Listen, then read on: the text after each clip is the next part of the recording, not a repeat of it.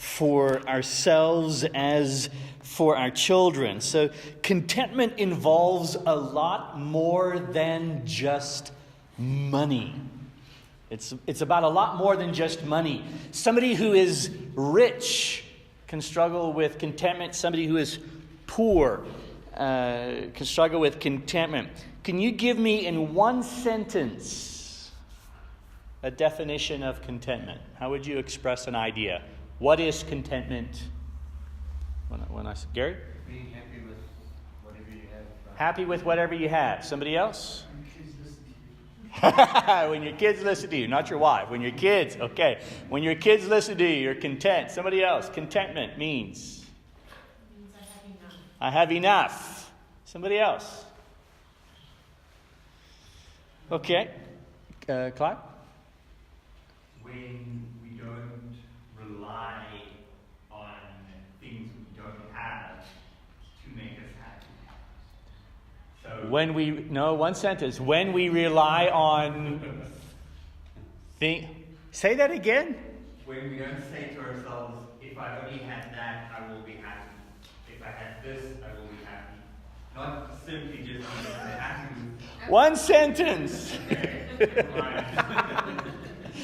That's difficult. Okay, so I get the idea. Here are 10 signs of discontentment.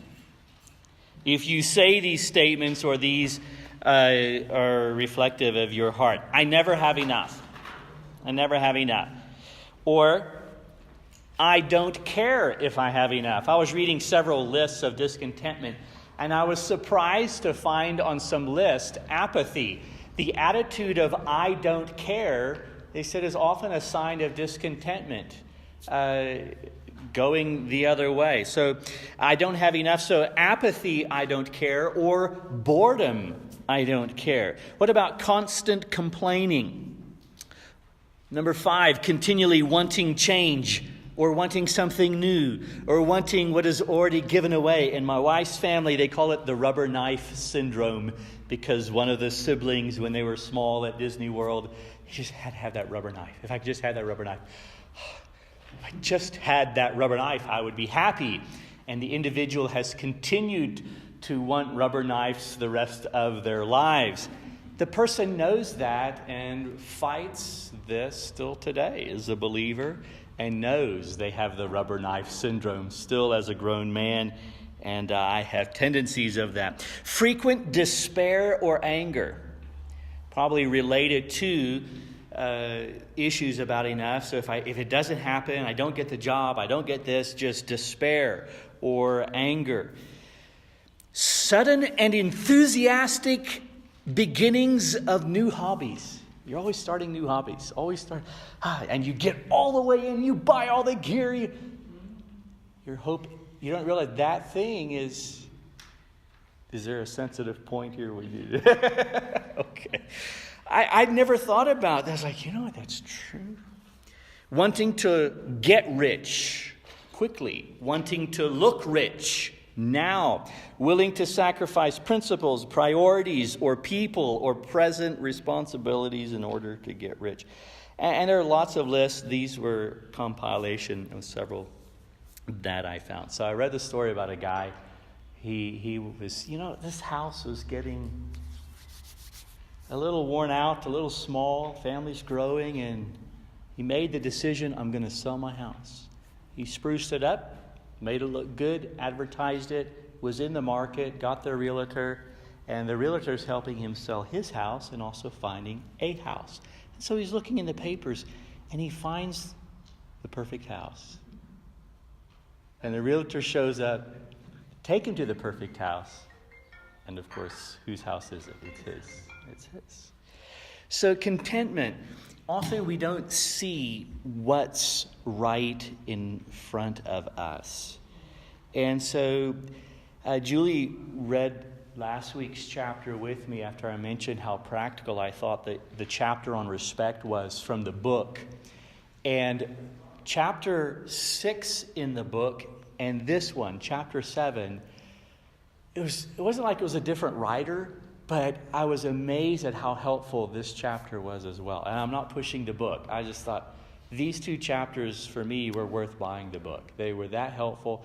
On the respect issue, it was practical ideas about discipline and how to be respectful in that. And I found that a very unique approach and helpful. And this one, Cultivating Contentment, was just so many good ideas for me. So he breaks it up. We've been following a 3-fold division in the lessons, but tonight it's a 4-fold. We're going to move quick because I'd like to get some examples. So I followed up on one of my homework assignments. My son wanted me to call one of the other parents here and get some advice on something. I did, and it was about pocket money, and he's hoping to get more pocket money. So we'll see. I don't know if they've got a kickback arrangement going on here. But anyways, okay, modeling contentment in the home. Now, he's giving you a lot of passages, and they're good.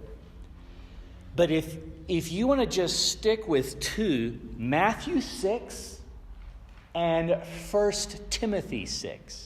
Matthew 6 are the words of Jesus. We have the Lord's Prayer in there. But the Lord's Prayer is sandwiched in a lot of passages verses about money and contentment. And Matthew 6 is just gold. I mean, it's just amazing on money and contentment and trust in God while I'm living on earth. And then 1 Timothy 6 is now contextualized within the church. And what about the rich and the poor? And 1 Timothy chapter 6 blows away some of the myths we have about money. And we'll mention 3 of those tonight. But so I'm going to try to stick with those 2 passages. I'm going to refer to Matthew 6 and 1 Timothy 6. He's giving you a lot of the other ones, and they're excellent. So, and he pulls out 1 Timothy 6 and verse 6. But godliness with contentment is great gain. If you can get contentment, if you can be content, you are a wealthy individual. I found another story. A man in the airport overheard a daughter saying goodbye to a very old man, a grown daughter, and with tears, and he greeted her. He said, "May you always have enough. I wish for you enough." And I thought, that's a nice greeting. And he actually went and asked him about it. He said, "That greeting's been in my family for generations. We wish for you enough." And I think that's a good word for contentment. First of all, we model it by living below our means.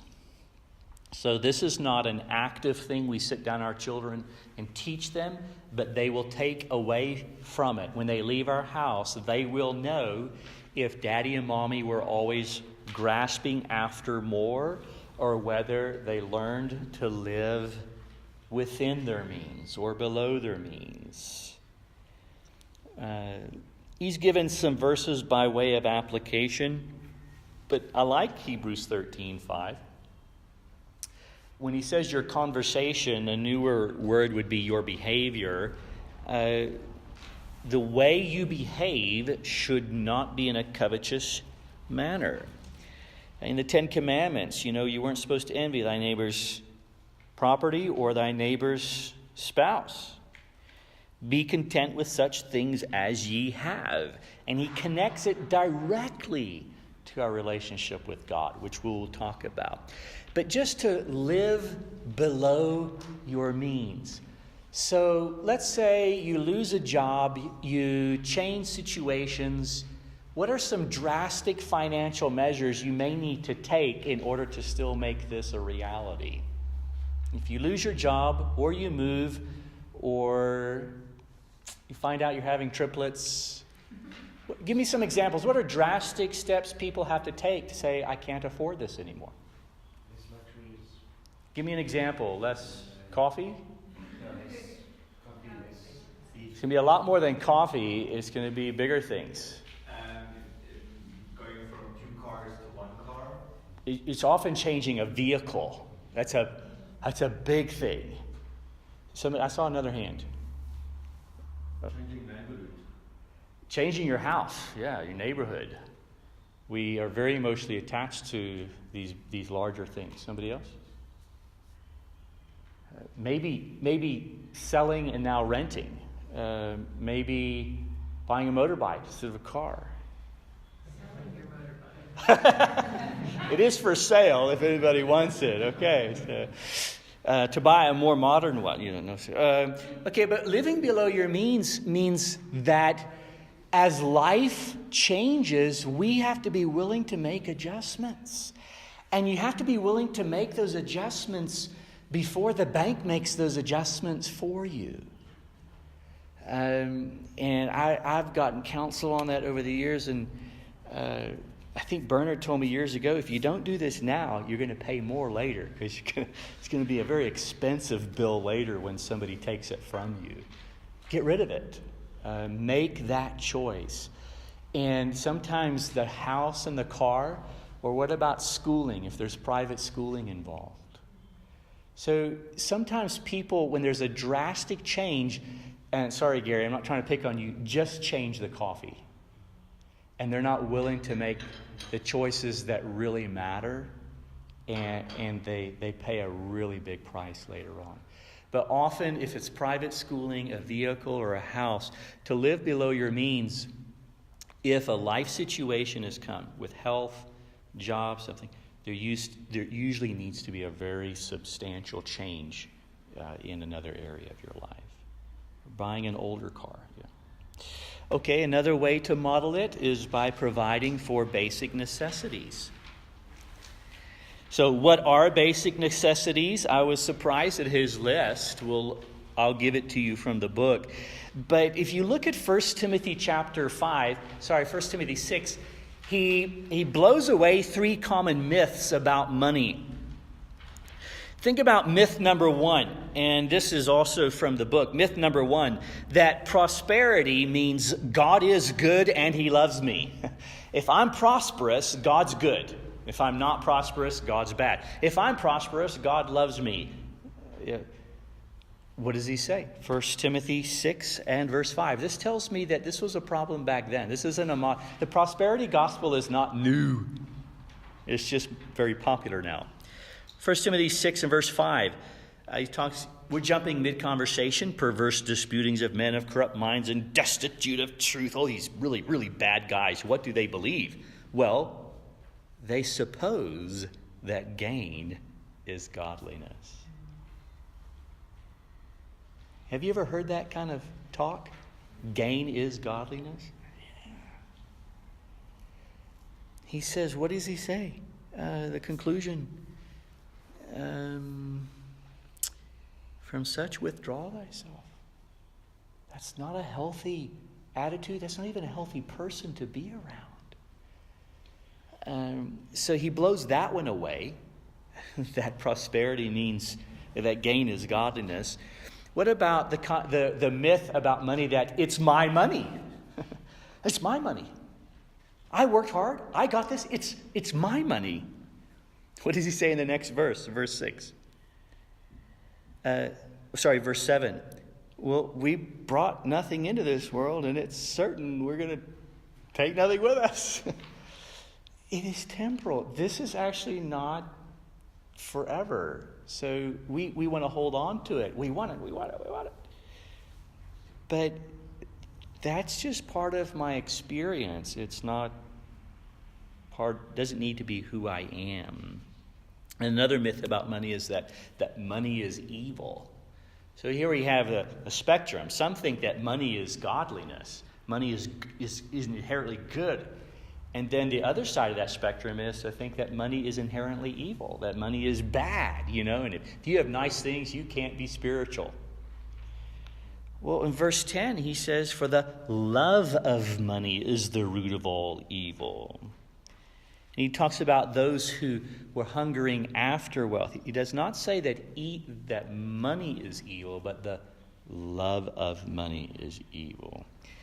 So what are some of the basic needs for life? And he does list 2 in verse 8, food and raiment. Can you think, what would you say are some other basic needs that our children need?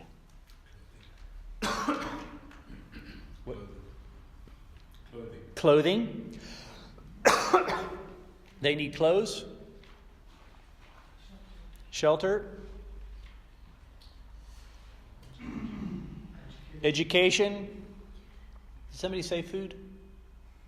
Food. Number 5 surprised me. Sorry, new shoes, socks. This last one surprised me. He said, children, a necessity is recreation. Recreation. Basic need.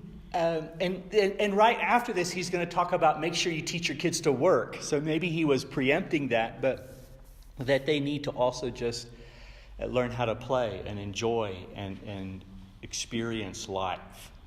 But his list of recreation surprised me. I think we can cut that off and just say, no fun until you're paying for it. No. I will tell you that as a parent, in the first several years of parenting, number 5 was almost non-existent in my parenting. I didn't take my family on holidays. I didn't buy fun. I still don't like buying fun. Fun is a waste of money to me. The arcade, I despise arcades with a passion. I agree.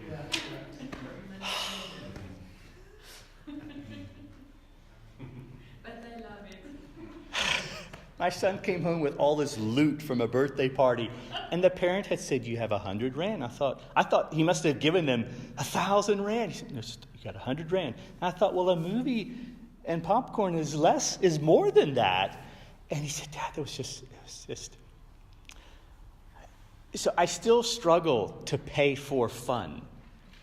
But somebody told me years ago, David, buy experiences for your family, not just things. Experiences are memories. Things go away. And it was, I think, a good spiritual advice for me. And so number 5, I was surprised, and number 5 has been an area where I think I've needed to grow as a parent. All right, we're just going to go have fun. Well, the fun starts now and it ends there, and what do we have to show for it? Well, we went on that boat ride, I struggled to pay for that boat ride. But I think we will talk about that boat ride in Botswana for a very, very long time. And so I had never thought about it. When he put it on his list, it touched a chord here. I thought, recreation and learn to enjoy. So, necessities of life. I don't know if we could put the arcade on there, but certainly video games would be appropriate, I think. So, and now, number 2, we are not talking about helping your domestic worker if you are able to have domestic help. We're not talking about helping your gardener here. We're talking about mentoring workers in the home. We're talking about get your children to work. Get your children to work. He cites several things, several passages about children who worked in the Scripture. I had never noticed that before. I mean, as soon as he mentioned it, I was like, yeah, I knew about that. But I'd never looked at it in the context that was a child. Whether it was Samuel, whether it was David, whether it was Joseph and his brothers, there are several cases of young children and several cases of teenagers working. Now you could argue that was just cultural, you can't say. But I think there's a good biblical record of people working in the Scriptures. Now, some of these statistics are from an American context. I think they probably all are. I don't have his citation here. That in American homes, children direct the decision-making in the home very heavily. 97% of the time, children decide what is for breakfast. 95% of the time, they choose what will be for lunch. 98% of the time, children choose casual family meals. 95% of the time, children choose their own clothing. 76% software, 60% computer, 98% family entertainment choices are made by children. Family trips and excursions, 94%. That is very high. I don't know how that would compare in South Africa or not. I am starting to see South Africa following some of the modern world's philosophy in several ways, and I'm seeing more parent-directed homes now than I was even 10 years ago. Just children interacting with other children at school. I'm seeing that talk where, well, what do you want to do? Well, we're going to do this. Let's go do this. And I think historically it would have been very parental directed. So I think we're behind America on these statistics, but I think it is starting to become more influential. Any comment on that or South African context for me on that? Clive? Maybe when you said it now, I was thinking you do it more than you realize. I took Robin out. Where do you want to go, Robin? She said, Dartmouth. We're going to Dartmouth. You want a milkshake or an ice cream? I want ice cream. What ice cream? But aren't you doesn't she have you wrapped around your finger in every area of life? Is it? But I don't know if that's a good thing or should I just be more aware of when I give her choices? Well, if Robin, when it's just you and Robin, you defer to her. You and Corleen want to go out for a meal. Do you both look at Robin and say, Robin, what are we going to do for the day? Okay, so. Oh, there you go. So you guys are okay. In our household, it's oatmeal Mondays and toast on Tuesdays and cereals on Wednesdays. And no, it's not. It's changed as they've gotten older. Oh, what is it now? I let them choose. But it's within a parameter. Yeah. Okay. When they're not there, actually, I'm not. So we've entered the age of grace at my house. I want to be older. Yeah, they're getting to be now. So and they must find it and eat it themselves. I have other things to do. I eat the same rust. I eat the same single rust for breakfast every day of my life. So. I see what Steve was saying in December. On a Friday evening, you give your kids a choice what they want to eat.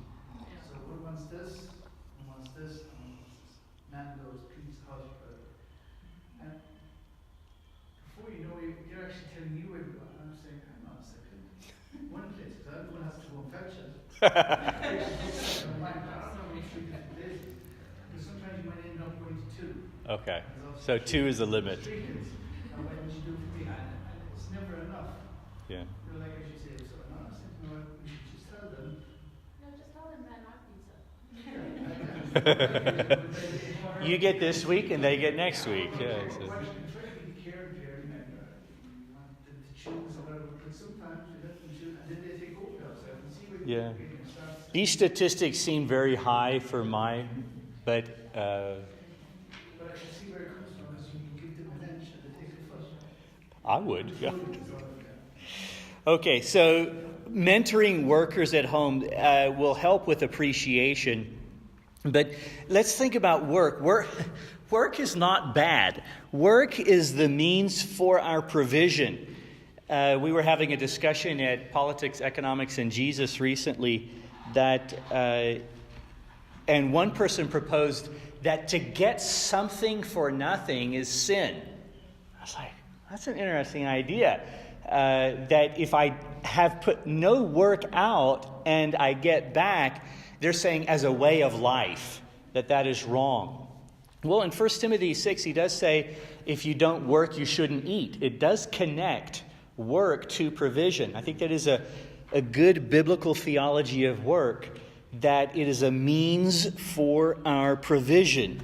And he gives several examples here of that, both in Thessalonians and Proverbs and some of the other.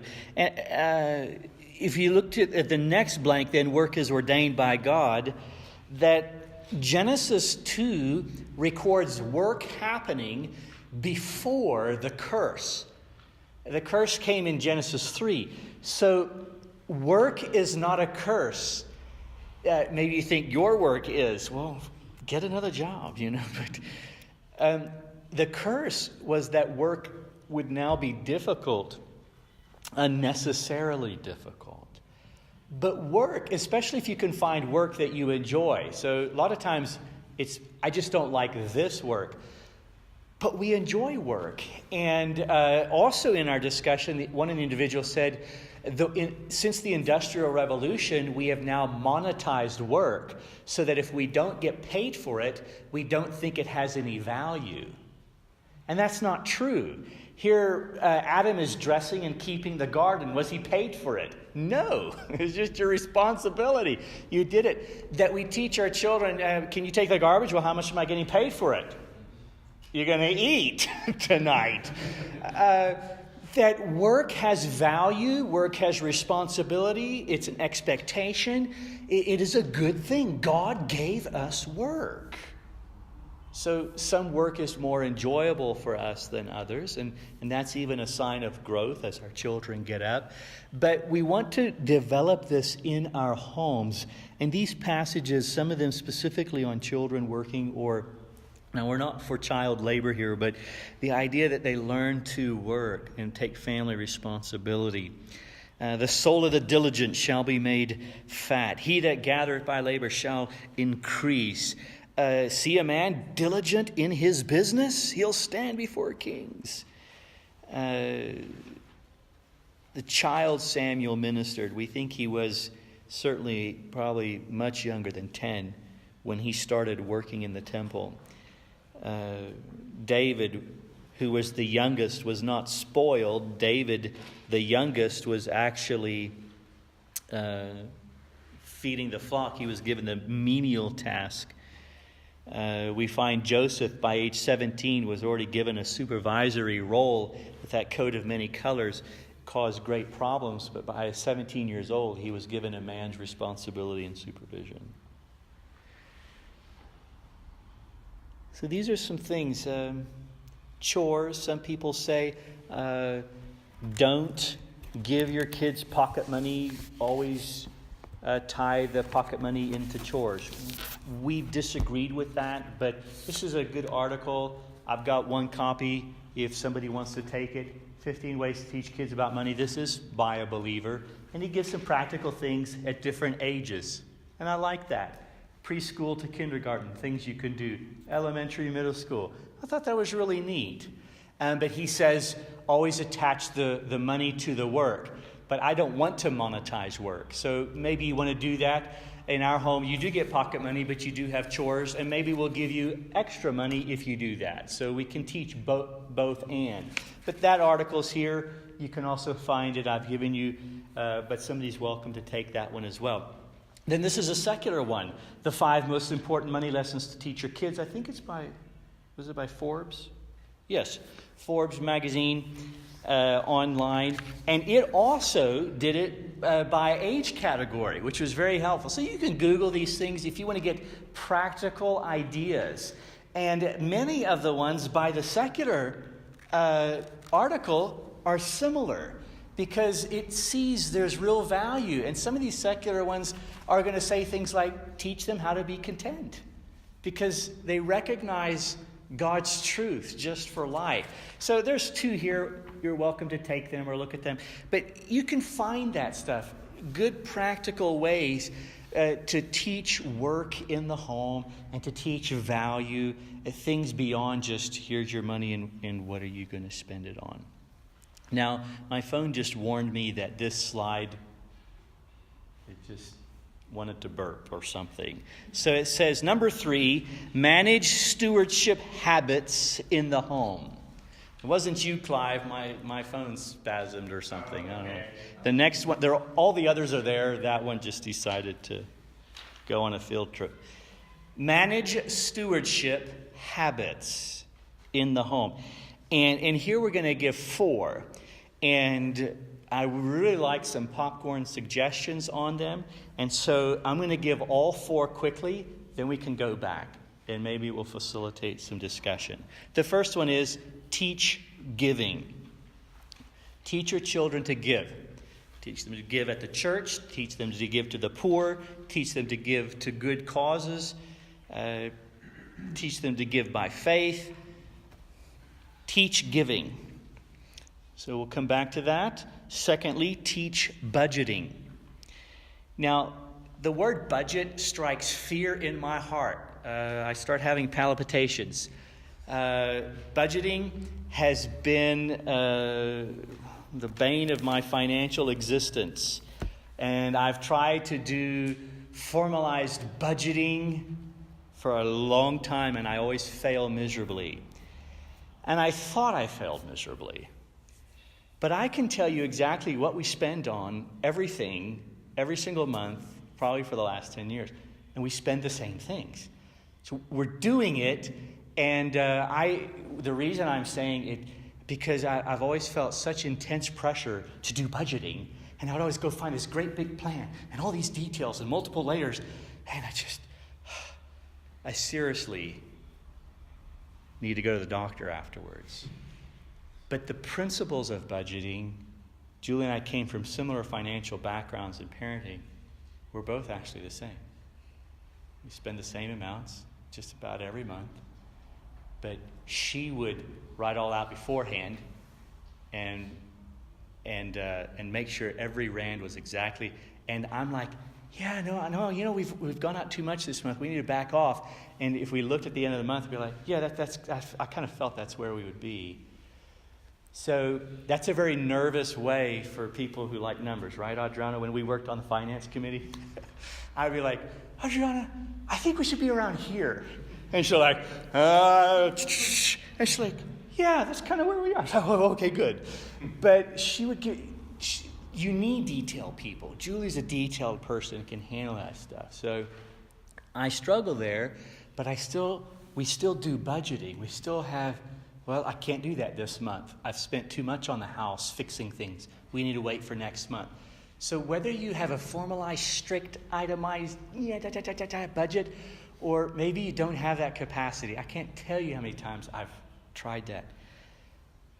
But it has resulted in the same thing for my life. I've got some formalized structure of I know what we've spent, what we've given, what we've done. So you've got to teach budgeting in some form. You have to tell your money where it's going, not let your money tell you where to go. Teach saving. So I'm hoping some of you give me some helpful budgeting tips. Okay. Teach saving, the principle that we set something aside. And then the last one, teach spending. So you can't only teach them to save, and and in the millennials, especially in America and some places in Asia, they're I think they call them super savers. They are saving over 50. I think you have to be saving over 50 to 90% of your salary. They're called super savers, I think, and they're retiring at age 30. They're retiring at age 28. They're retiring. They get this nice IT job, and they live on $15,000 a year and save 95, and then they go retire and travel the world. So, okay, teach saving, teach spending. You don't want to teach that become a super saver so that you can then be a selfish person the rest of your life. But maybe you become a super saver so that then you get to just work for fun and do everything that you want to do. You want to go on mission trips, and you want to help the church, and you want to travel the world. Fine. So let's come back to some of these. Giving, budgeting, saving, spending. Who's got some help for us in your own life? Or how do you help your children in some of these areas? Or how do you help me with budgeting? Gary. One of the guys that was presenting a course to us at work, he said to the class, you know what I give my kids, or when they were small, I used to give them 6,000 Rand pocket money. And the whole class was like, and he says, yeah, it's a lot. But then I told him, you've got to pay for your food, you've got to pay for your cell phone data, you've got to pay for water and lights, you've got to pay for this, you've got to pay for this, and you've got to pay for this. And what you have left over is your pocket money. So How old? Did you say how old is kids? I think they must have been in probably primary school just starting. So Mika, could you handle that? You're not ready for that. John, you want to try? I think with some kids, I've heard elements of that where they give them a larger amount of money and they say, now you need to buy this. My dad tried that with us, but my brother would wear the same shirt for the next 32 years. And then he got really upset when my mom said, you have to buy a shirt. And he says, but you gave me this money to spend how I want. And I say, I don't want a new shirt. So there still needs some parental oversight as the children. But the aspect of giving you more as you grow up and you distribute it and take responsibilities. I think you mentioned an element of that in a smaller scale to me. Okay? Somebody else. Our kids, over Christmas, they get money and they need to buy their granny and their granddad gifts. And they go with their money and they realize how expensive things are. And I think that was an eye-opener for them. Because they said, I'll buy granny a ring. I go, well, how much do you have? I don't have that much. And then she got a little plastic ring. Yeah. That helped them to understand the Value, yeah. And a parent just this week told me they give a double check in December.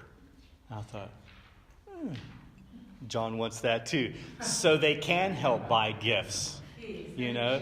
I thought that's in America, we don't get double checks at Christmas time. But here it's very common. So, okay, if I get a double check, I'll give you a double pocket money. Okay. So it's a good idea. Some other help? Yes? What we do whenever we go to do groceries, I give my son Jaden 100 Rand. And then we work through the shop and then he basically looks at the 100 Rand and the stuff that he's interested in. And then we basically discuss, if you spend it, that's your 100 Rand gone. Depending on what he's looking at, either a toy or candy or whatever. So he's got 100 Rand to spend in the shop. And he's learning value or what things cost as well. But you must understand, children are different. I've got three, and some are spenders, and one asked me today, please, I must help him to save, because he can't save. He just wants to buy everything. So I must tell him no. And the other one won't buy anything, she just saves. Okay. So every child is different. We had both of those in our family, and then when we got into real life, it flipped. And the one who saved at home got into real financial trouble, and the one who spent ended up okay. I'm the one who spent because I had a good wife, she says. Okay. There you go. Marry well. There you go. So, yeah. In marriage counseling, when I meet with couples, meeting with a couple, their next session is on money. Because what are you bringing to this? And it's good to evaluate, do you have two spenders or two savers together or things like that? And often there is some difference there to counsel them how to blend that as opposed to always fight over it. So, Dorringtons, I know you're different on this issue. Any advice for us? Corleen, you've been quiet tonight. I'm glad he helps me. I'm a saver. I won't even spend my spending money. So he helps me in that regard because he's definitely a spender. That's why I do the household finances. I like, I do the budget, but I present it to him because I do like it that he knows what's going on. It's not ignorance, but he definitely helped me to just spend a bit, just relax, spend what's allocated for fun. On fun. You don't like to spend on fun either. Okay. Yeah, so he really helped me with some balance. Hey, Mondre, Maybelline, who's the spender? Who's the saver? I didn't ask her that question. Do you guys know yet? She says she's the same. I say I'm a saver, he's a spender. Okay. Do either of you like to spend on fun? How much? You spend money on Bibles and tracts? Okay. All right. On each of these things, we are not just talking about the practical, but the practical is out there. And there's several families in our church on this issue that Julie and I have talked to over the years. What are you doing about this? What are you doing about this? What are you doing about that? You can Google, and everything you find on the internet's not good, but if it's reputable sources, I mean, pretty quick, you can see, that's a good idea. Like with kindergarten or very young children, it said teach saving by making sure it's in a clear jar. They need to see it. They need to see it, And coins mean more than paper at a very young age. So, that's a good idea. And then let's open it. What are we going to spend this money on? So even at such a young age, you can find good examples. And there are so many parenting magazines, so many finance magazines on these issues. The practical idea generation is out there. But you need to be doing this like a Christian. And you want to communicate more than just that. You want to communicate what Jesus said. You cannot just serve money. I'm getting it wrong. It's going to be our last one. And this slide as well decided not to show up. And it's called number 4, maintain biblical. John, we'll let it run out. See, I'm not sure if it's back there or on my phone, but maintain biblical priorities in the home. So we just went through the more practical suggestions, and you can find the lists, and there are lists in the home. But now we want to maintain biblical priorities in the home. And all of that needs to be seated in trust in the Lord and serve the Lord. Trust in the Lord. And the second one is serve the Lord. And thank you, John. He mentioned Hebrews 13 a couple times here. And so we'll bring back some of the practical, and it must be rooted here. Let your conversation, let your behavior be without covetousness, and be content with such things as ye have, for he has said, I will never leave thee nor forsake thee. That when you have to, God forbid, but you have to sell the car, sell the house, take out of school, you have to downgrade here, you've got to buy less meat or things like that, to even pray that night with the children. Jesus said, give us our daily bread. And let's ask the Lord, let's be thankful for what we do have. At least we can still have this, At least we still have a house. Your children have to hear that from your lips. They have to see it.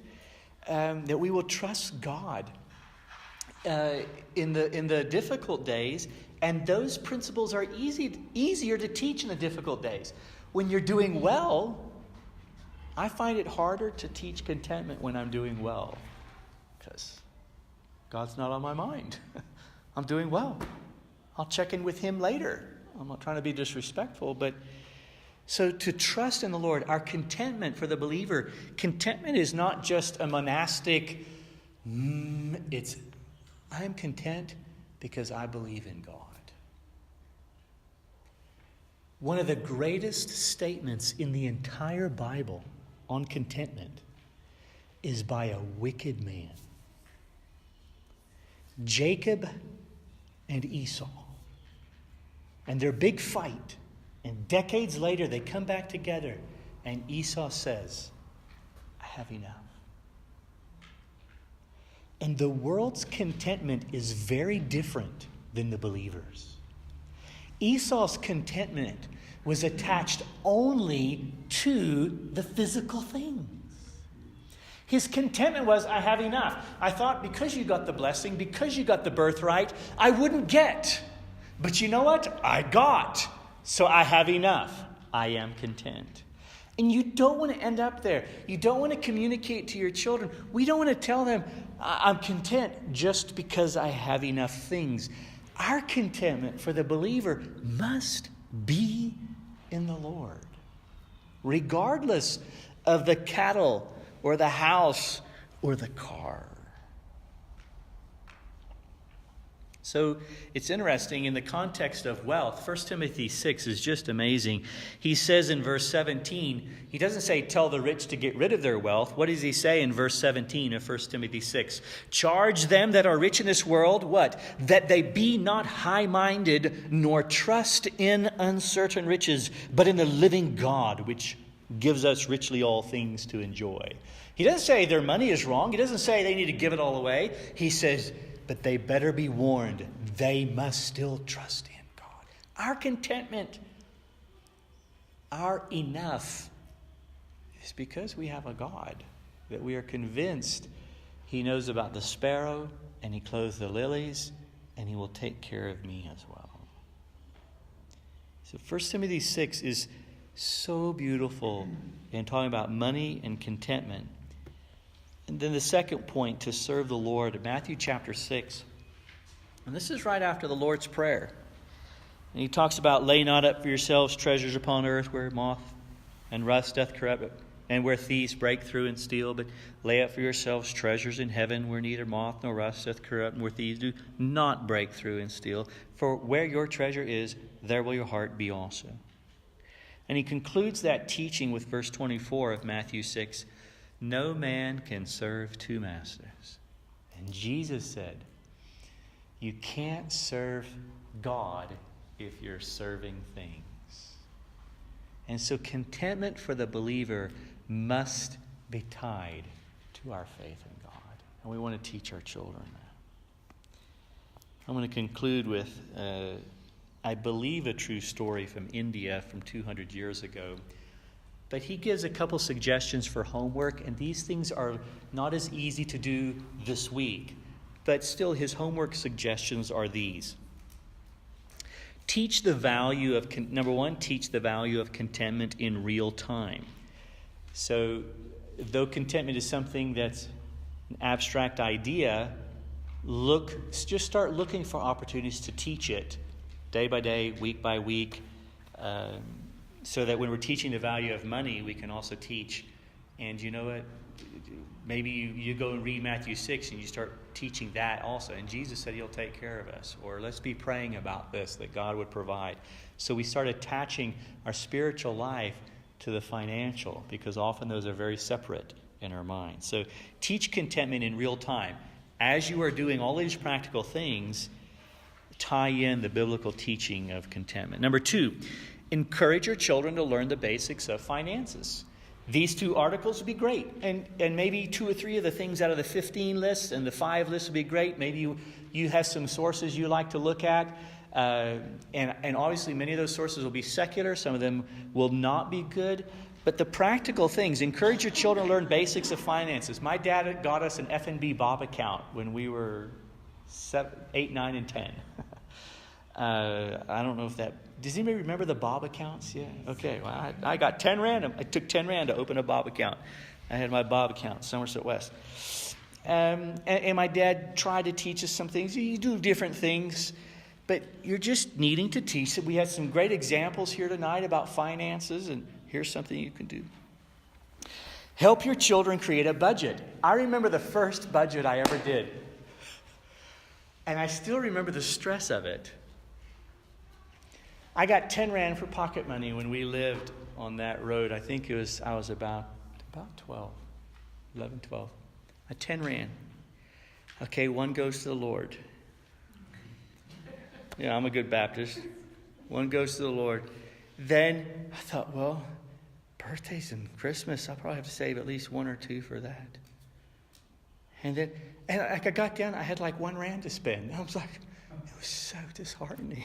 It's like, this is terrible. So I've hated budgets from then on, but I still need help there. But the idea, so looking back, it was too much for where I was in life. I just needed some help. So we help our children where we say, here's your pocket money, and I'm taking that back. It's going in the offering. So she's helping some of the budgeting, but obviously by the time they get older, they got to make some choices on their own. But principles, this goes for this, and this goes for that. A child saying, can you help me save, or something like that? Great. Number 4, engage in ministry as a family. Ideas of work, ministry, finance. Those 3 ideas, work, ministry, and finance, are so segmented. And he's saying these can often be connected. Money can be connected to our work, to our fun, to our ministry. That if we do things together as a family, we can do ministry, we can do work, we can do fun. They will take away from it some good money habits. So a guy named Russell Conwell tells this story, and I tried to verify it, and I couldn't. The conclusion I did verify, but I couldn't verify the veracity of this story. It could be a folk tale from India. He tells the story of an ancient Persian, Ali Hafed, who, quote, owned a very large farm that had orchards, grain fields, and gardens, and was a wealthy, contented man, unquote. One day, a wise man from the east told the farmer all about diamonds and how wealthy he would be if he owned a diamond mine. This was in the 18th century, 17th, 18th century. Ali Hafed went to bed that night, a poor man, poor because he was discontented, craving a mine of diamonds. He sold his farm to search for the rare stones. He traveled the world over, finally becoming so poor, broken, and defeated that he committed suicide.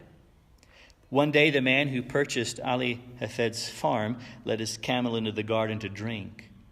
As his camel put its nose into the brook, the man saw a flash of light from the sands of the stream and pulled out a stone that reflected all the hues of the rainbow. The man had discovered the diamond mine of Golconda, the most magnificent mine in all of history. And the latest I got was they pulled out of that mine in India by the 19th century 12 million carats. Most popular diamond mine, let's see. Anyway. So there's some elements of that sound true. It's so specific in its details, but I couldn't verify this guy's name. But we as parents, as we're working and trying to do better and provide more and motivated well, we might just miss the diamond that's there, that we have actually a generation that we are raising.